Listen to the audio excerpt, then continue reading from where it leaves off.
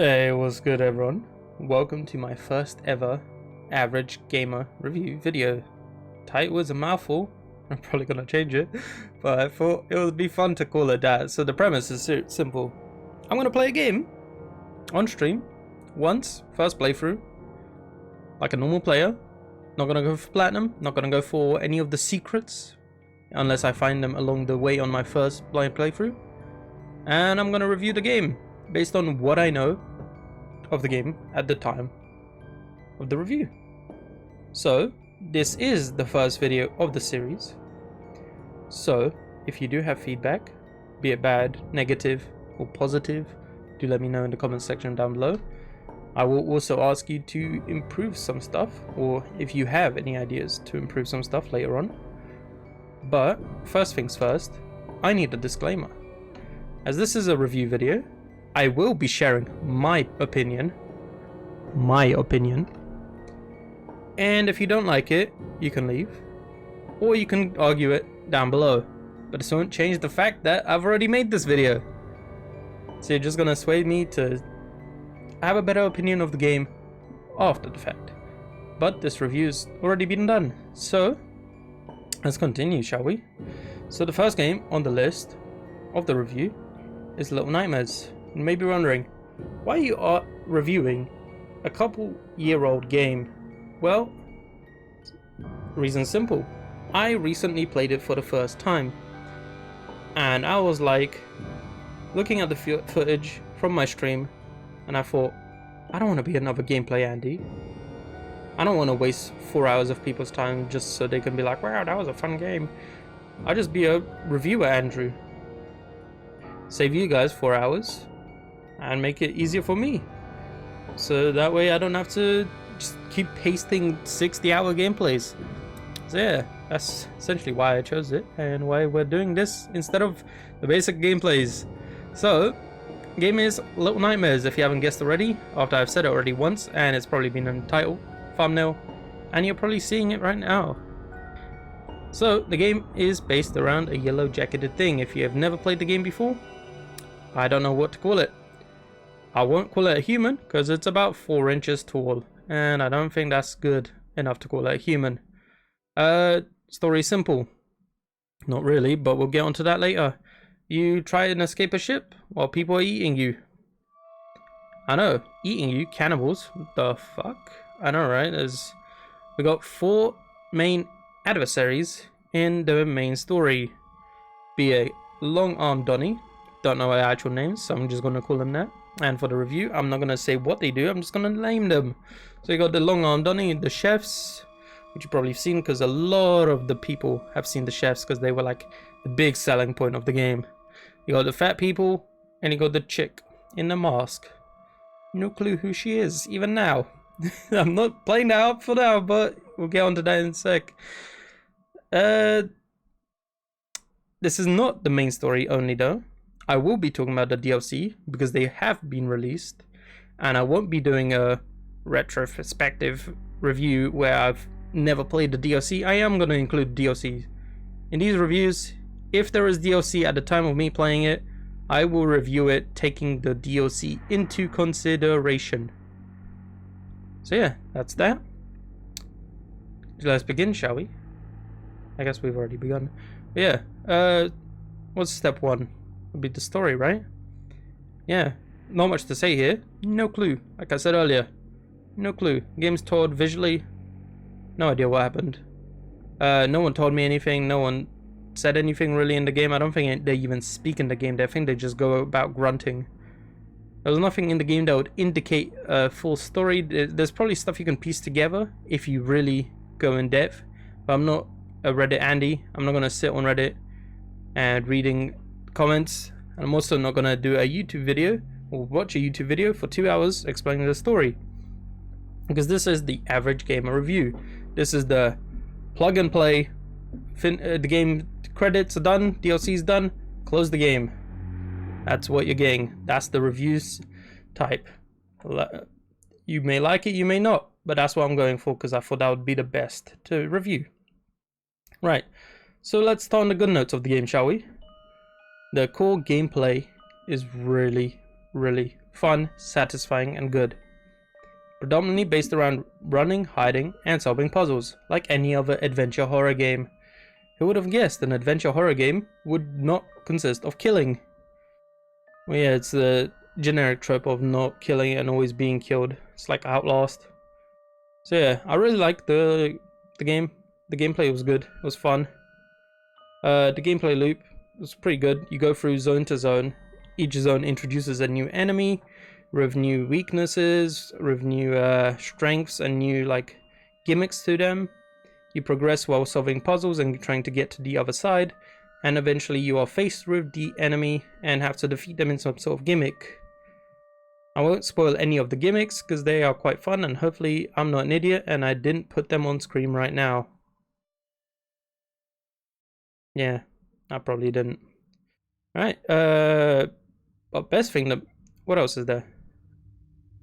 The best thing. Yeah. I was thinking if there was something other than the best thing, but it really isn't. So let's go to the DLC. By far, my favorite part of the game. The DLC is what really made the game, tied it in properly. But like with the main story, or like main scenario, the game is a meh. It's like mid-tier. But the DLC really adds to it quite a bit, I feel like. The DLC, if it was slightly longer, it would have probably been way better than the main. It was way better than the main story, but could have been a bit longer. That's what I'm saying. It had a new character. It had a backstory for the entire main story. So it literally. So when I was playing the main story, there were sections where I was like, "That doesn't make sense. Who did that? I wonder what that was for. Why is this here conveniently?" Well, the DLC explains all of that, which I really like. Not a lot of games do that. They usually just, instead of explaining it in a DLC, they just go, "Here's a prequel that you never asked for, but it tells you everything that happened." I don't mind it, but I prefer the DLC route because then I get to play it sooner and don't have to spend an entire fucking AAA title's worth of money just to know what happened before the story. But where there's good, there's also bad. Like I said earlier, the story, I didn't like it. Not at all. It was told visually for like cryptic fucking meanings. There was no notes, there was no narrator, there was no one talking.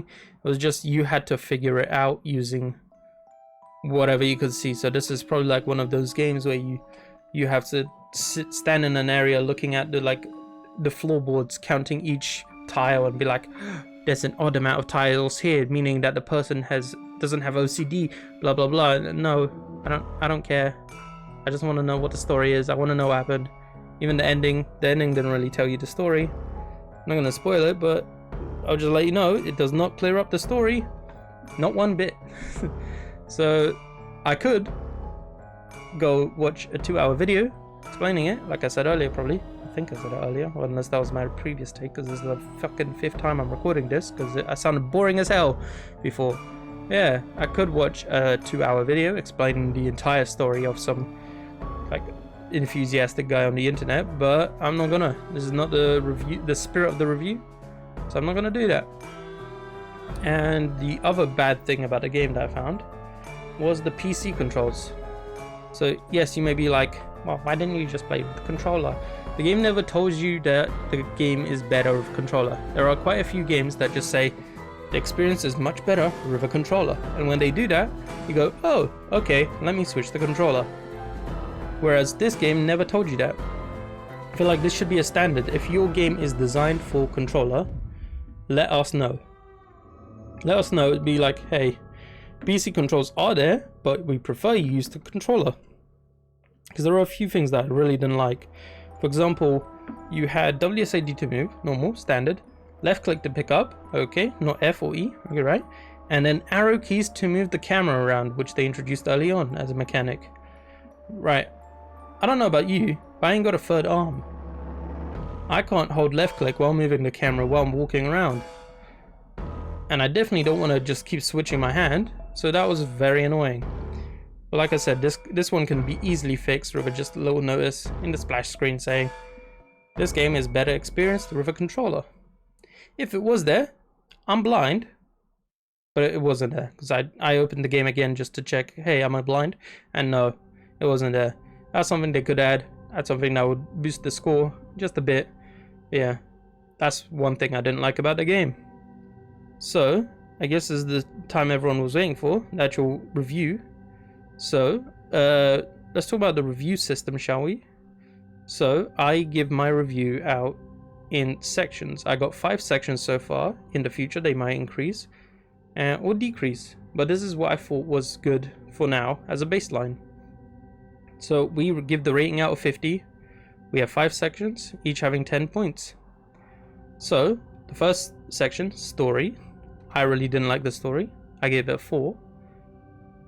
I know, a 4, right? It could be worse. It was like a 3 before the DLC, but the DLC really tied a bit of it in, but I still had no idea what was going on, so I gave it a 4. A 5 is, it was bad, but I know what happened. So yeah, a 4. A 4 is good. It's not bad. It's below average, but it's not too bad. Next section, gameplay. I thought the gameplay was great. Gameplay loop felt great. It was fun. It was immersive. It didn't take up too long, so you're just like, rah, I'm just doing this again and again. It's just a repeat. You're not just spamming left click on something. So it was pretty good. It was fun, entertaining, and I never got bored of it. So I give it a solid 8. Next section, graphics and art style. So this is not saying I want the ultra HD, ultra realistic graphics. No, I'm just saying, are the graphics decent? And does the art style fit the game? Now, that might be controversial to say because you're like, well, what does it mean? Does it fit the game? I'm saying, were the creators of the game, did they create an art style and stay consistent and make it look good? Yes or no? They did. I gave it a 9. I really liked it. Graphics were good. The enemies were horrid. And little things were little cute. So it was pretty good, to say the least. Difficulty. Now this isn't. Did I give it? I see. Yeah, a 9 for graphics. I think. Look, I'm new to this. I don't know if I said it already. But yeah, 9 for graphics. Bam, it's on screen. Difficulty. I gave it an 8. I'm not saying it has to be ultra hard or ultra easy. I'm saying the difficulty needs to fit and needs to be fair. What I mean by fit is, does it fit the theme? If it's a game where you click shapes on a screen and you lose the game after you miss one, or every enemy one-shots you and you need to get through a horde of 2 million of them, that's pretty shit difficulty.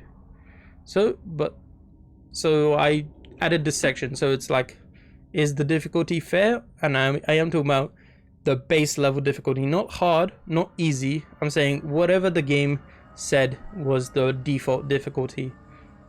I don't remember if I chose the difficulty here, probably not, because it didn't feel like it needed a difficulty. I'm saying it's medium tier, like whatever the game devs say, yeah, this is what we intended. That's what I'm gonna go for, and that's what I'm gonna review. So I gave it an 8.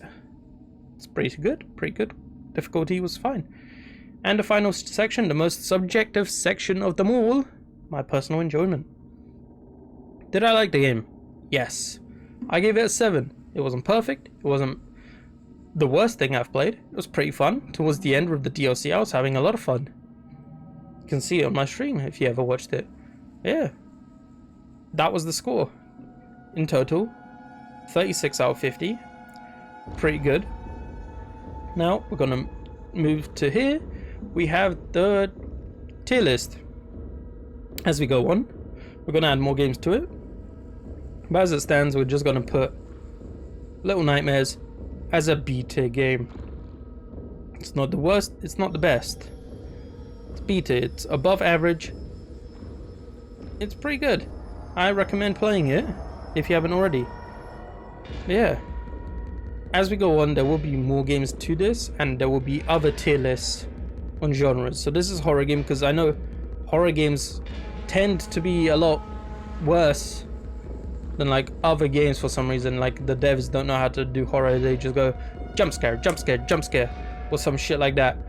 So I made a specific tier list for horror games, and there's gonna be like tier lists for different genres, just so you're like, I'm feeling a horror game. Let's see what Denyard says on the tier list. So there you go. Little Nightmares being on the tier list. Enjoy. If you do agree with me or disagree, leave it down in the comments down below. If you have any ideas on how to improve the rating system, such as like adding another category, altering an existing one, or anything like that, let me know down below. And if you have any games you wish me to review that I haven't already, spoiler alert, this is the first one, so I haven't done anything others, leave it down below. Yeah, as always, like, comment, and subscribe, all that good stuff. Thank you so much for watching. I hope you enjoyed, and I'll see you on the next one. For now, peace.